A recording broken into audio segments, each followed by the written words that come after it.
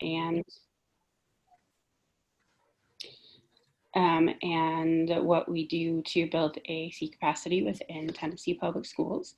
So introductions first, I am Vicki Haddix. I am an SLP and I got promoted, so I am now clinical associate professor. I forgot to change that, at the University of Memphis on West Tennessee. And so I coordinate the services that are kind of out in the West District, although as we'll talk about with going online, we're kind of more we're kind of all across the state, kind of offering lots of things. It doesn't matter if you're in Chattanooga or Memphis, you can come by a lot of the things like these webinars that we're doing. So. All right, I'm Janice. I am I'm an OT by trade, and I've been doing assistive technology for about 20 years out of a nonprofit educational cooperative in Loudon. So we cover, and you'll see the map that Vicki was mentioning, the state split into 4 regions, and they're sort of east and west, and then north and south middle. And I cover the upper and mid Cumberland regions and for the grant. And then Beth is not with us. Beth is a rehab engineer with Signal Centers of Chattanooga. She had a family emergency today and had to bow out very quickly, but she covers the south, central, and southeast region on that map. Mm-hmm. Hi, I'm Nancy Wofford. I'm a assistive technology specialist with Spark, and I'm covering the East Tennessee region all the way to Johnson County. And I am also, my clinical background is in occupational therapy as an OT assistant, and got into AT years ago while working at Blount County. And so I've been in the field of special education for about 35 years, and just started with Spark back in February, right before the quarantine started. So haven't been with the grant as long as these other lovely ladies. But going well. We're getting things going. All right, go ahead, Nancy, and click to the next slide.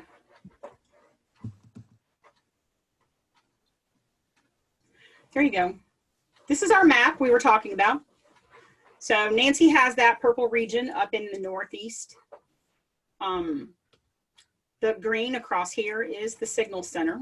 And you'll see the contact information for everybody right here. That's Beth. This is my region. I cover this up here, the blue, mid, and upper Cumberland. And then Vicki has this western region over here. So again, all of our contact information is here. It's also on our website.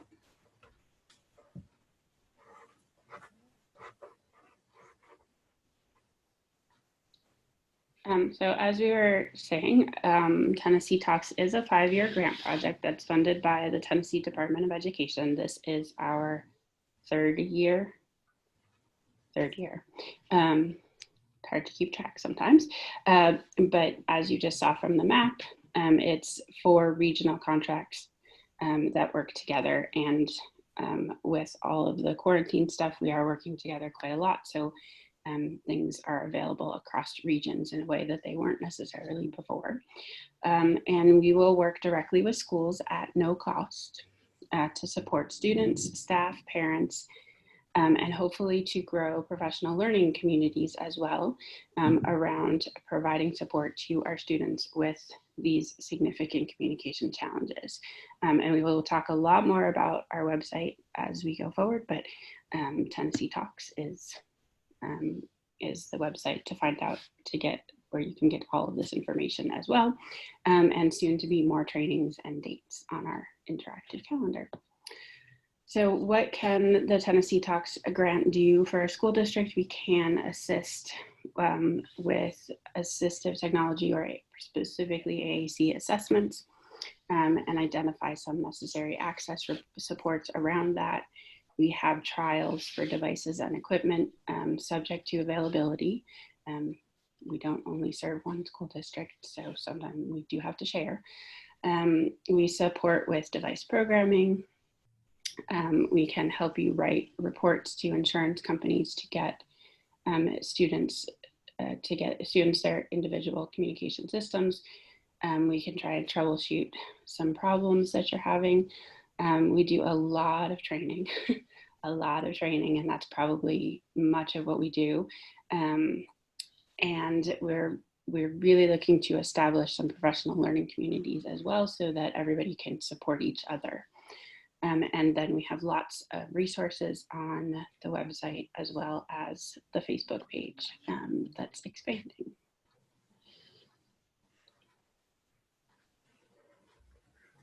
So your turn, Janice. All right. Wasn't sure if you wanted to cover that one. All right. So what happened was the Department of Ed was looking at the number of kids who have opt-out. You have your portfolio, you have your Tennessee alt, and then you have the number of kids who literally cannot, they're opted out by district.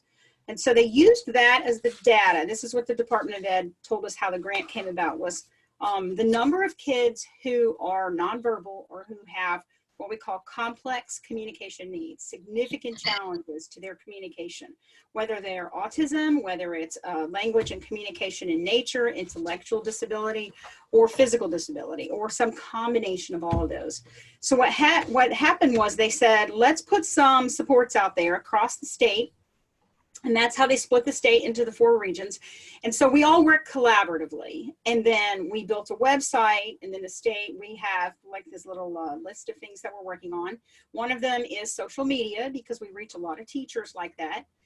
So we've launched a Facebook, we're a Twitter, we're putting things out there where we can provide resources so that school teams who are serving those children, and not just the kids with complex needs, although those are the children we're serving specifically through this grant, but for all communication needs. If you're a speech therapist and you're learning about AAC, this is your go-to. This is where the state wanted to put one resource out there, and then 4 contacts, so that you would have a face, a name, a person who could literally come to your school or out with you. We can sit in on IEP meetings, things like that. So what they did was they identified, and we're hesitant to use the word target, but if you read that, those with the highest proportion of students. So if you had children, according to that state data, that opted out because they were unable to participate, those were sort of put to the top of the list as where to start. Okay, so we contacted those schools and we say, hey, we see that you have, 3 children listed, maybe 6 were eligible to take that test and 3 of them opted out. Well, that's a 50% ratio. So we reached out and started with those districts in particular. And the goal is that we would help the staff who were serving those children identify the reasons that child opted out from the state assessment, and narrow it down to, were they unable to communicate, to participate with learning, and then to convey that knowledge through the testing. And so we have found that. We have found some kids who were literally unable, there's not a consistent means of communication, and so they weren't able to take that test. Now the goal is not just to get them testing, it's to get them communicating, it's to get them learning, it's to get them engaging, social, community, home, what have you, all of it together. And so what the state said was, we have an inconsistent skill level among our staff. Some schools contract for speech therapy, and those staff have been attending our trainings as well because they are providing the schools. But the goal was to provide staff training to speech therapists, special educators, your assistive tech teams, anybody who was working directly with those kids, so that everybody was on the same page. That one there for quality AAC instructional opportunities, that's the biggest focus of this, because when the 5 years, supposedly will end, then we want to still have in place a website with resources and trainings and an outreach, and that will be connected through the Department of Ed site. So we're sort of building something for the long haul. The no single point of access, that's an issue. We ask staff, who do you go to? Where do you call if you need some help? And there just hasn't been. And that was something that the Department of Ed said was just very, very obvious to them, was there was no single person at the county level or a regional level, or even at the Department of Ed, that you would call and say, hey, I need somebody to help me with this. The family's asking for this, or we feel this child needs this. There, for whatever reason, you know, we want to pursue it, but we don't know how to do that. And so this is what we're supposed to do. We're sort of a handheld guide. And then there's that coordination of services between school and community. Because I cover the Cumberland region, I have a lot of communication back and forth with the Bill Wilkerson Center for Speech and Language through Vanderbilt, because they typically are seeing some of my kids come in there. And those kids will come in, and as the therapist said to me, we will get a referral from a physician or even the parents, and they want an AAC assessment. And then we come in, but that's not the best environment for an evaluation. And I know Vicki will cover that, as far as, you know, you want to see these kids in their typical environment, but they do go to outpatient centers. And then there's no coordination of that service between the child receiving the device and the prescription, and then going back to the school. And that is what we wanted to do. We wanted to make that connection. So if the child comes in with a device or goes out to their typical community provider, and they come back in. In one case, I have a child right now I'm seeing under the grant, and it was the opposite. His school therapist and I worked for 15 months to evaluate him for communication system because of profound physical disabilities. And we got an eye gaze device, but in the meantime, we've been working with his outpatient speech and OT on preparing him for eye gaze and some switch access. And now he takes that device with him, and we have an open line of communication between that speech therapist and that outpatient therapist. So that was kind of what they're doing, so that we don't see things coming and going and there's no carryover. So, and then the last one, the limited access to device. We do have our lending center. Signal Center is a federal tech access project. So is Nancy Wofford with Spark. So there are multiple tech access centers across the state, and you can borrow devices for trials, but oftentimes you're borrowing them from the vendors, the local training reps and manufacturers, which is fine. They do loan those to us, but sometimes you're on a waiting list. So what the state did was allocate funding for us to build 4 regional libraries. So we have communication systems, resources, printable materials, some high-tech devices, and we're able to bring those out. We can loan those in for the assessment process and for the trial of devices, which is required by insurance, to show that you did try different devices before you chose one specific device.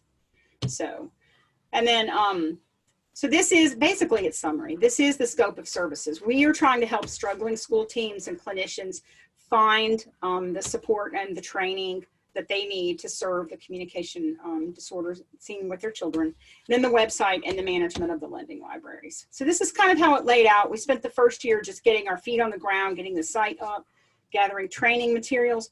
Their comment there about 5 students annually in each region was kind of like what the long-term goal was written up for the grant, was that they would serve 100 children over 5 years. But the trick is we're probably around 500 children right now, because there are way more children who therapists and teams are asking for assistance than just the 5. But the 5 was just supposed to give us 5 kids in each region that were significantly challenged for communication, that we would go in and walk them from front to end on what's called a functional communication assessment, so that the AAC assessment would identify the most appropriate and functional means of communication. That does not mean they would always get a device. It might mean that they were using picture supports. It might mean that we had set up, you know, some low-tech interventions, sign language, whatever their needs were, we would identify that, document it, and get it into their IEPs. So, but most of the kids are coming up with some type of a tangible support system.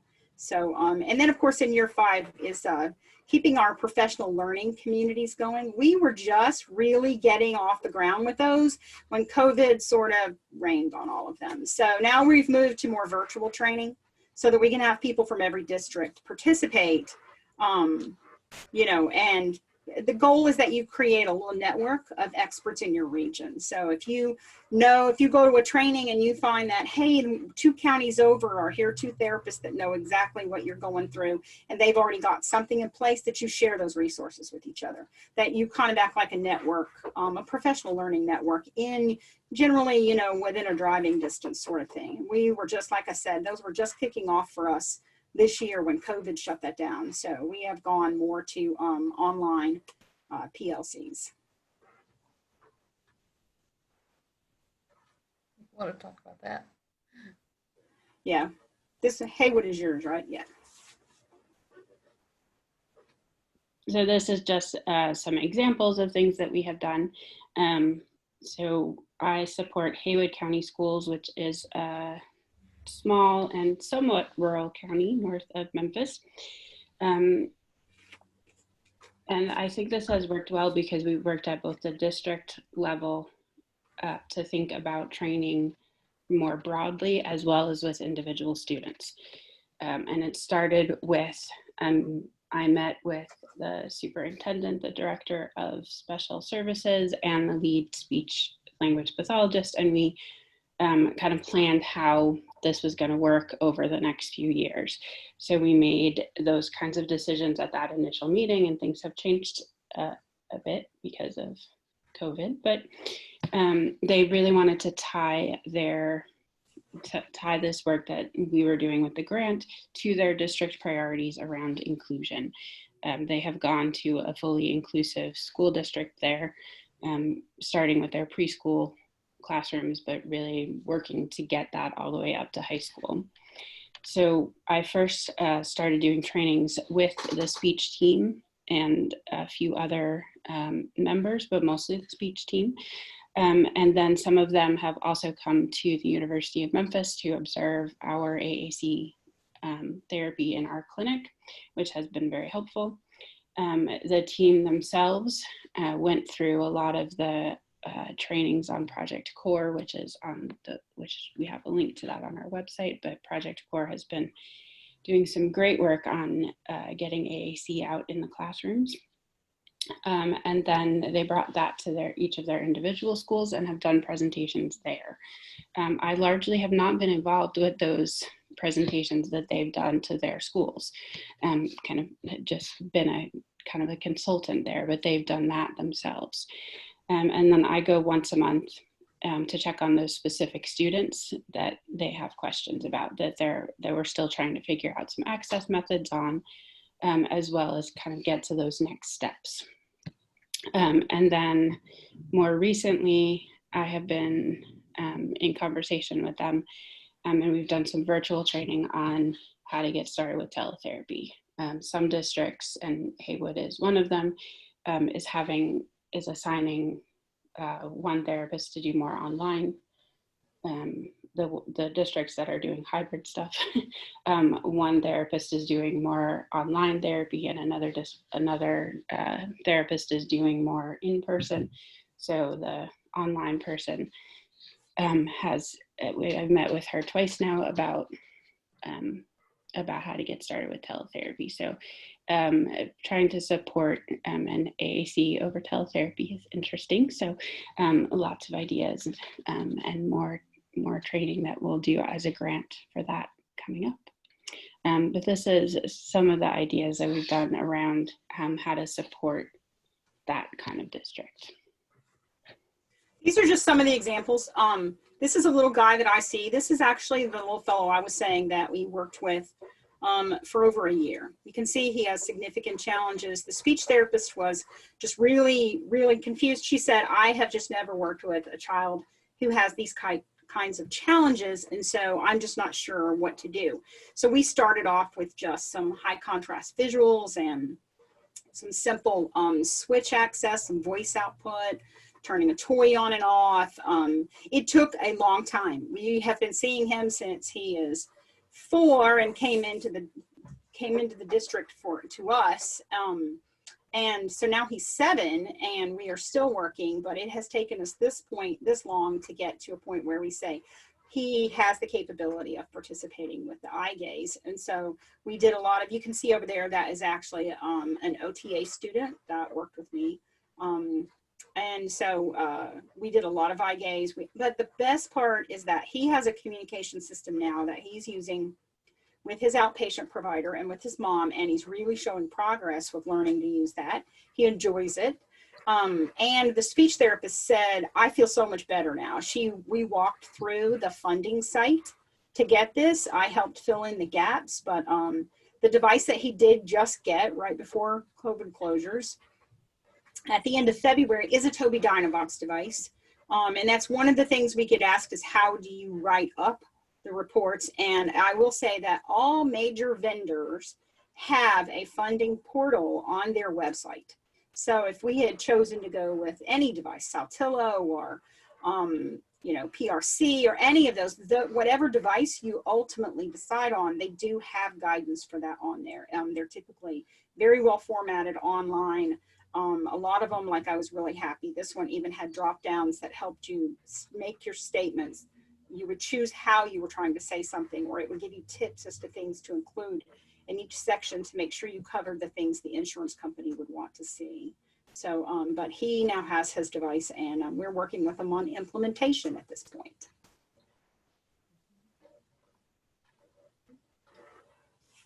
So, that's pretty much the coverage of what I just said. We were doing all types of, I just kind of have this in here. When you can see the slide, this will actually be up on our site too. The collaboration with the team, that was really nice to have their involvement to decide what was appropriate. His teacher has gone through all the training with us. His mom comes in and participates, and she's been very, very involved, very dynamic. And then over the summer, we were able to fund through my, the grant, I pulled some funds and I hired a local therapist who is an AAC, skilled AAC clinician, and I had her see him remotely once a week for 10 weeks from May until school started in August, so that she could walk his mom through how to use that device and how to get him started on his software and things. That was huge, that kind of an outreach, because he wouldn't have had that without the grant funding, without that kind of a support.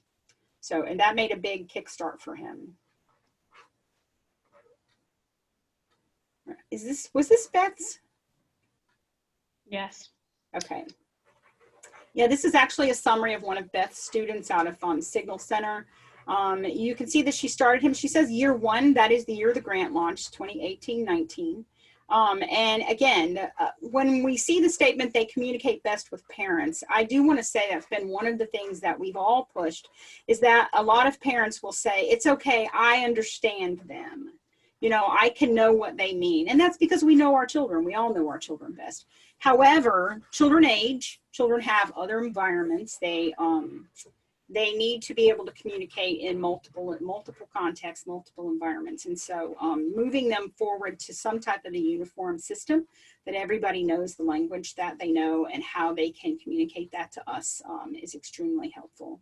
So we have had some of our older kids, they'll say, well, we're already here, but there needs to be more. So that was what she was saying. She goes through her evaluation process. They borrowed some devices. They did some training to the staff. He had an assistant, a behavior assistant, and the parents. The school clinician writes the report, okay? And at this case, she's pointing out that the insurance, for whatever reason, denied that report. Now, typically, they will almost always deny it the first time, and then you'll have to appeal that. And I have always had my appeals that I have helped with, that I've been involved with, have always gone through. But in this case, it did not. It was denied. And the parents purchased the app, which was the Proloquo and the Snap Core, and put those on a device of their own. So, which sometimes will happen too, and whatever is done at home is replicated at school. So the school would have put the Proloquo and the Snap Core, whichever device, she doesn't specify which one was chosen, but they now use, and she says that, success. The student is now using the device to talk in simple sentences and phrases. So sometimes you're shooting for one thing and you get something else, but we can help you figure out where to go from there, which is what it looks like Beth did here.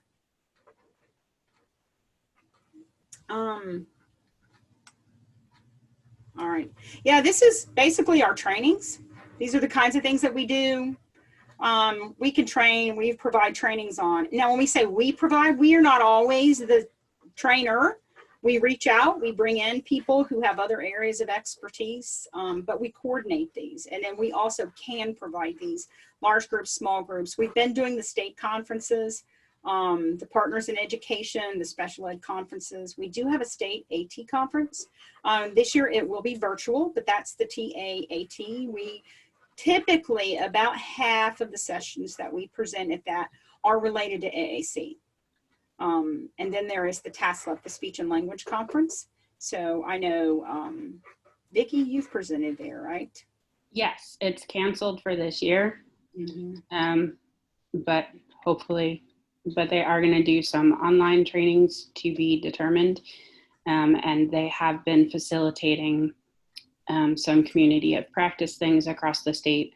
I know later today, as well as one next week, I think, Heidi Joyce out of Team Autism Memphis, are doing 2 trainings on telepractice. So TASLIP has been it isn't going to have like a conference kind of thing, but they are going to try and do some of these smaller community of practice and other presentations. And then hopefully by next fall, we'll be able to come back to in-person conferences.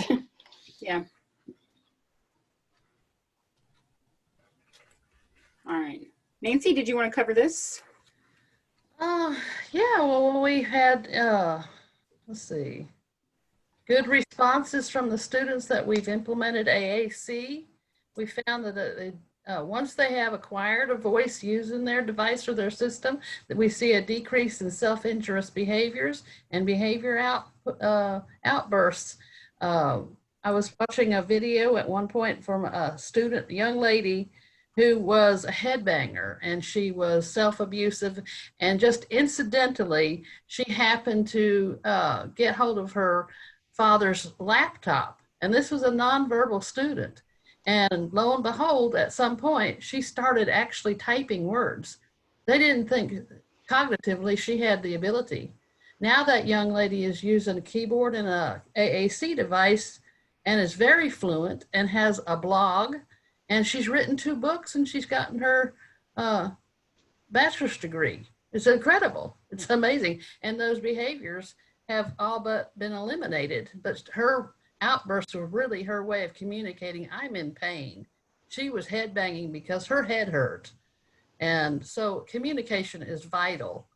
These kids really do need a voice, and there's somebody in there. They just need a way to get it out. It also increases engagement in the classroom and classroom participation. With our literacy training, it's so important to use our AAC devices across curriculum. We want them implementing that in every class they go to, whether it's literature, if it's math or science. We want to find ways that we can incorporate those use of those devices in all of those settings. So it's more about asking them questions rather than saying, little Johnny, say good morning, and you tell them what to say and they mimic it back. We want actual literacy improvement and their independence in their communication. So it's important that we're asking them questions. We've seen an improvement in the staff knowledge and skills following the training activities that we've been providing, which means we have more duplication of this knowledge throughout our districts, which is great. That's the objective of our grant. We've got more parent awareness, and they're buying into the idea of using AAC and being consistent in the home and at school. We've also got an increase in the speech therapist knowledge and awareness and getting more confident in using AAC devices and being willing to get into the assessment process and feeling more comfortable with the assessments.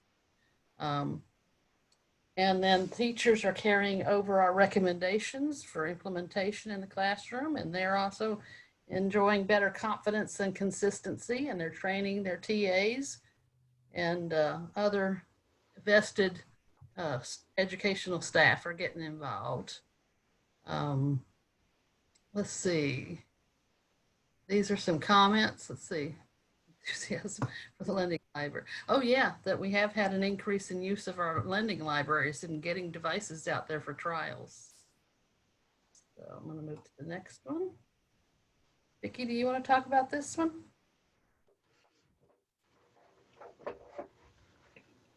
There's a big thunderstorm going on outside, so I'm trying to mute myself when I'm not talking.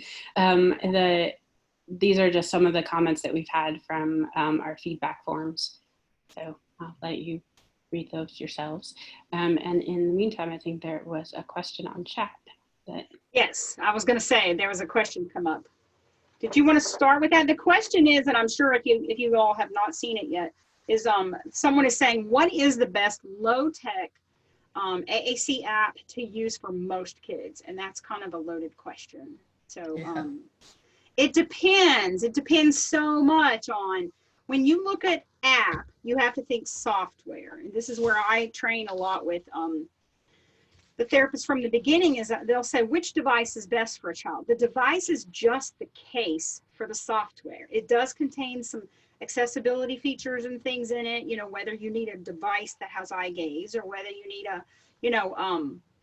a device that has some other access on it, or mounts or fits or what have you, size, those kinds of, structural things. But the bottom line is you're looking at the software that's going to go on that device. And that is the same thing as the app consideration, in that you have to say how big or small, will I set the pictures on this? Or do they need digital images? Do they have basic core vocabulary skills?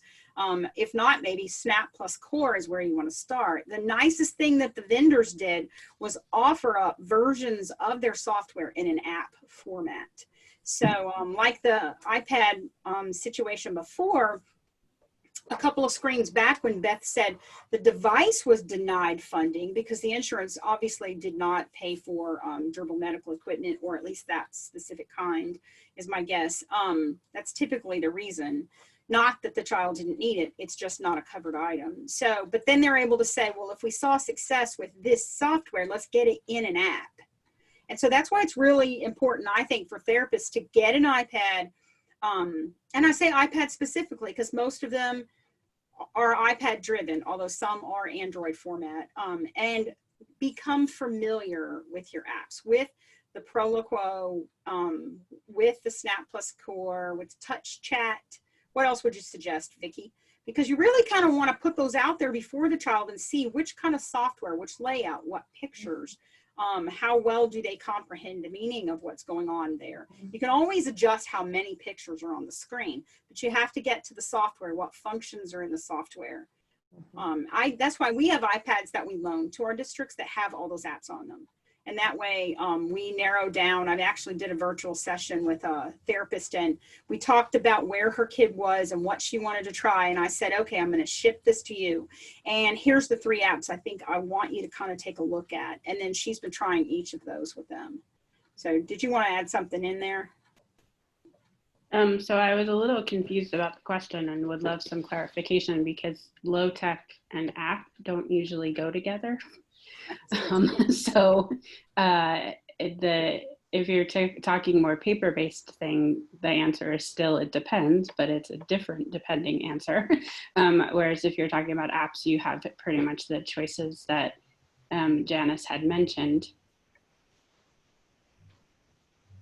So almost any robust communication app at this point, you can make really complex and you can make really simplistic. I am not personally a fan of the ones that stay simplistic, because I don't feel like that allows a lot of room to grow, and you just have to buy another app when your student hopefully makes progress.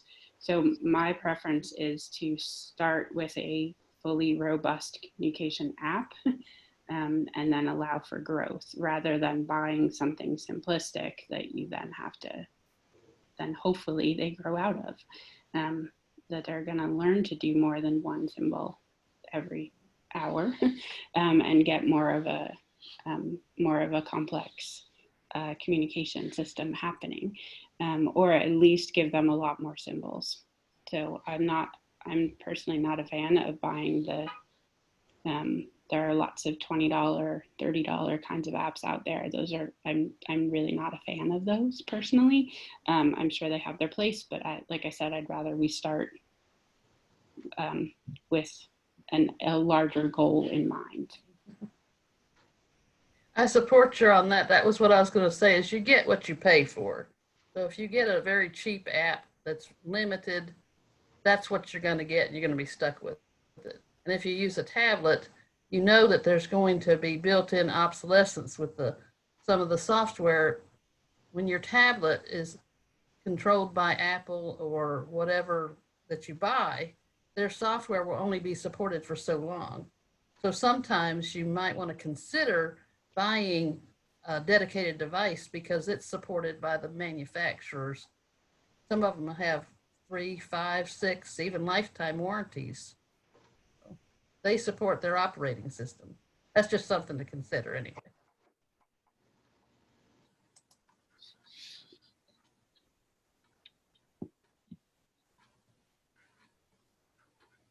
All right. I think this was the part that Beth had covered before, so I'm going to go ahead. You want me to go ahead and pick it up? Okay. Challenges to the grant, and we're going to just skim through these because we're more about telling you what the things that we can do rather than the things that we had trouble with to begin with. The biggest thing was the state gave us the data, but the data was taken from TCAP testing or the state testing, so we wouldn't get it until it was already a year old. So that was how we were trying to find our kids, and then we were chasing them around because some had moved between schools. Typically, you would show up saying, the therapist would be saying, wow, this is great. I want this help for my student. And then we would drive to the school, set up a time, meet with the child, the parent, the team. And then they would say, well, now I have 9 other kids that I need help with. And so we have gone out of our way to expand the resources that are on the website to cover all levels of communication need and all variety of speech training, speech therapy training, such as the apps and things like that, because it's not always a kid like you saw my little guy earlier with profound physical disabilities, or a kid that hit that, you know, that target list at the beginning from the state's data, that they need help all the way around. So, and then figuring out which teachers and which therapists work with these students. A lot of our schools, of course, have contract companies who do their what we call billable students. They'll do the ones that have the Medicaid billing. So we're having to try to say, okay, well, that's a child that is at its most significant. And so we have had some issues with trying to move forward with an assessment, and then that's not been agency. And that they're seeing the child weekly under their already established plan. So sometimes, and I have done this a couple of kids, we have had to go through their outpatient providers to lead the charge on that. But the bottom line is it still gets the device in the hands of the child. But most of the time we are able to get those speech staff on board.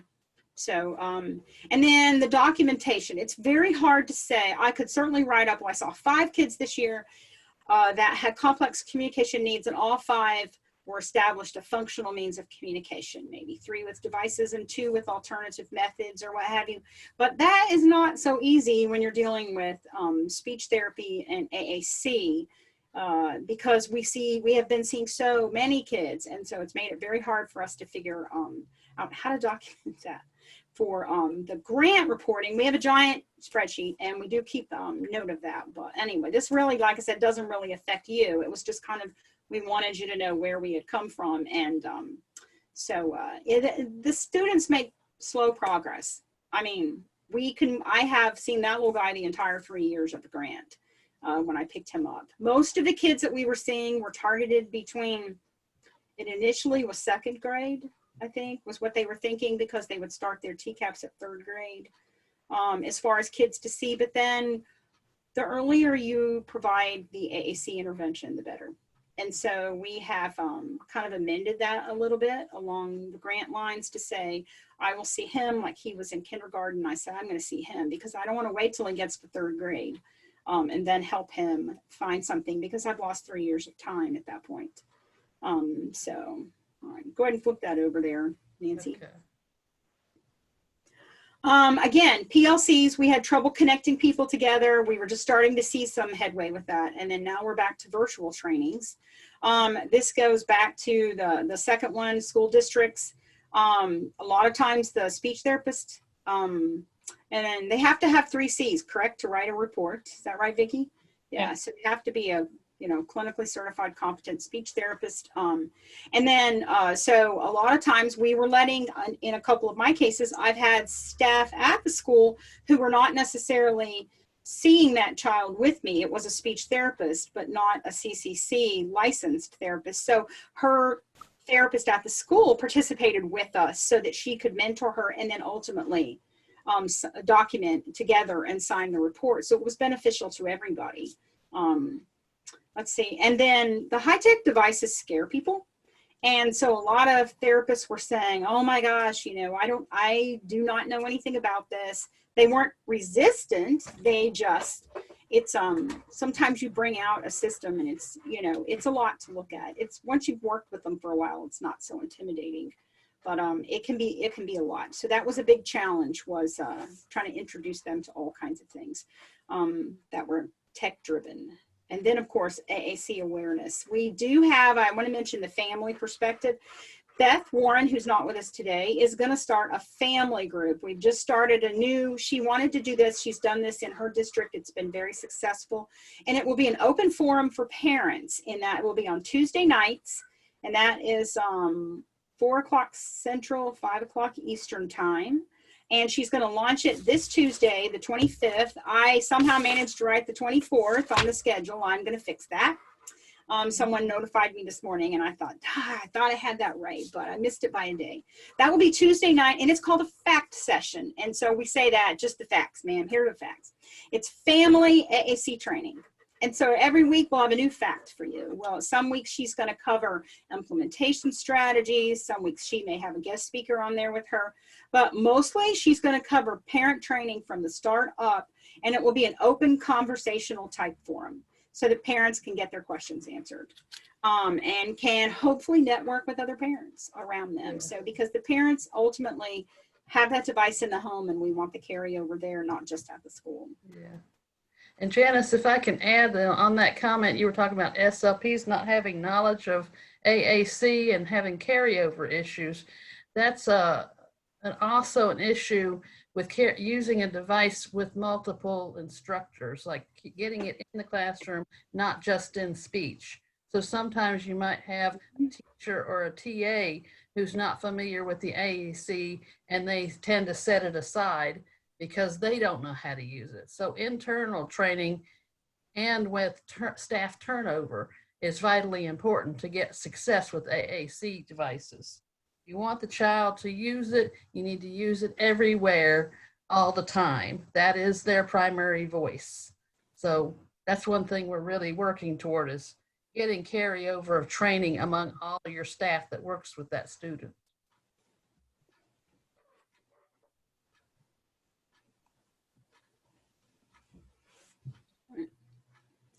Vicki, did you want to cover that or me?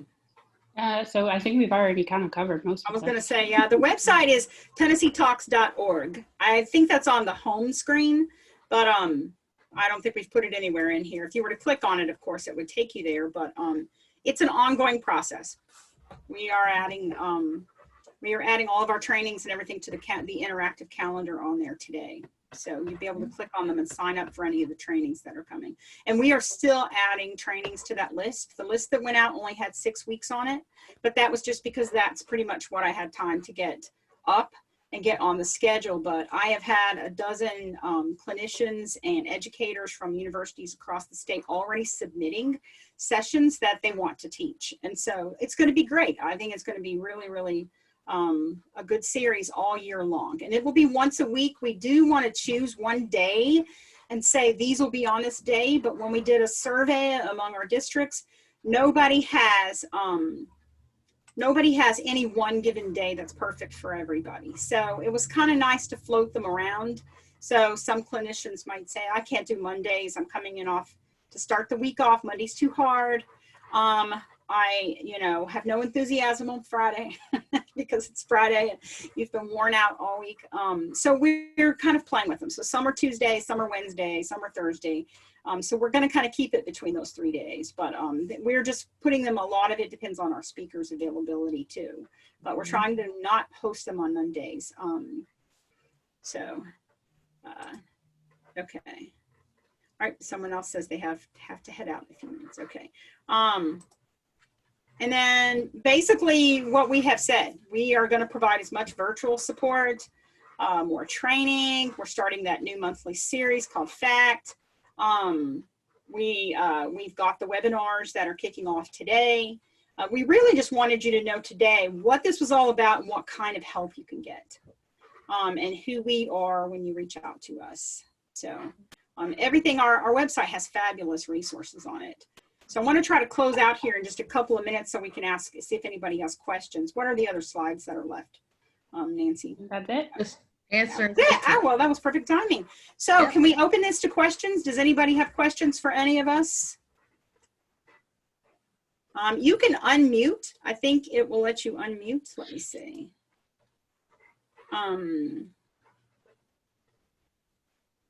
Nope. Before we get out, do you want to make sure you screenshot the attendees? Or do we have a way to do that? I am not sure. I know there is. I know I have a number on it. Okay. Was there anybody else that had any questions for our chat?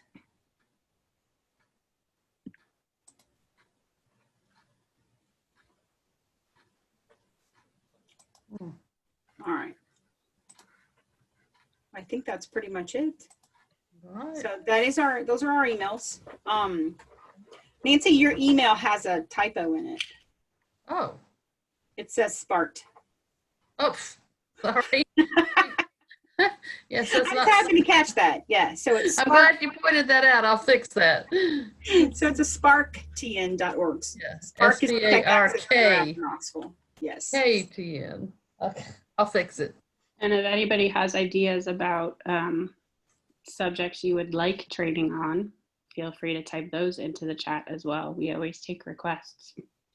Mm-hmm. You can always email us afterwards too. And if you have, we are going to do some nights, some sessions will be directly from any of us or speech therapists who offer basically just AAC related training, whether it's something simplistic like the Project Core, or something more complex like implementation strategies. But then we're also going to mix that with some of our product vendors because they will be able to show you what their devices can do. And I really encourage you to attend those sessions as well, because it's kind of like going to the vendor hall at a conference, and that they will be able to say, here's what we have to offer. And that is really how you get to know the difference between the different kinds of devices. And then some of them also teach on topic. They will teach things like their core software. And if you're using their app, that's a great one to watch. You know, they will show what they're doing in terms of mixing in with different types. Some of them have adopted other softwares. So those are definitely worth looking at. We also are going to do some technical sessions. I'm teaching the first one on Proloquo a little bit later in the month. And then I have someone else who's going to do an intermediate and an advanced on that because it shows all the new features. But I find most people are at that introductory level or need a refresher on some of those things.